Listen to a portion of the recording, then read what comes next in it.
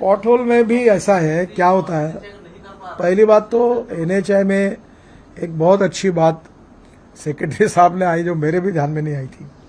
हम लोग जो रोड ईपीसी में बनाते हैं उसका मेंटेनेंस बहुत जल्दी आता है, और जो रोड कॉन्ट्रैक्टर को 15 साल मेंटेन करने पड़ते हैं वो एकदम अच्छे बनते हैं, क्योंकि वो 10 बार सोचता है कि मेरे को खर्चा ना पड़े। तो हमने अभी ये तय किया है कि हम लोग कॉन्ट्रैक्टर को 10 साल 15 साल मेंटेनेंस की जिम्मेदारी देंगे, उसके गले में लटकाएंगे।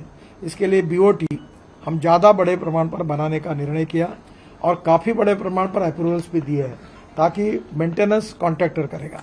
उन सड़कों में परेशानी है, कुल मिला के 1,40,000 किलोमीटर जहाँ पे हमारे सड़क है उसमें लगभग किसी न किसी कॉन्ट्रैक्ट के माध्यम से करीब 1,05,000 किलोमीटर के आसपास मेंटेन्ड है। बाकी 40,000 किलोमीटर में हमारे कोई कॉन्ट्रैक्ट्स नहीं थे। तो सर जो शुरू में बता रहे थे वो जो व्यवस्था की है, we have created 2 kinds of contracts, one is performance based maintenance contracts and other is short term maintenance contract. सारी सड़कों की मैपिंग हो गई है, सभी जगह मतलब हमारे जैसे 3 ऑर्गेनाइजेशंस इफेक्टिवली काम करते हैं।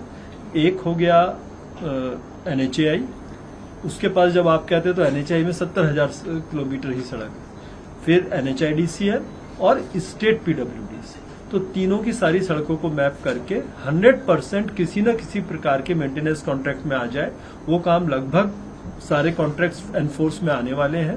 तो इंटरनली टारगेट ये रखा था कि हम लोग दिसंबर तक पूरे देश में एक भी सड़क पर गड्ढा ना रहे, इस स्थिति में पहुंचने का प्रयास करें, और वो अभियान ये अभी इस पखवाड़े से शुरू हो गया है।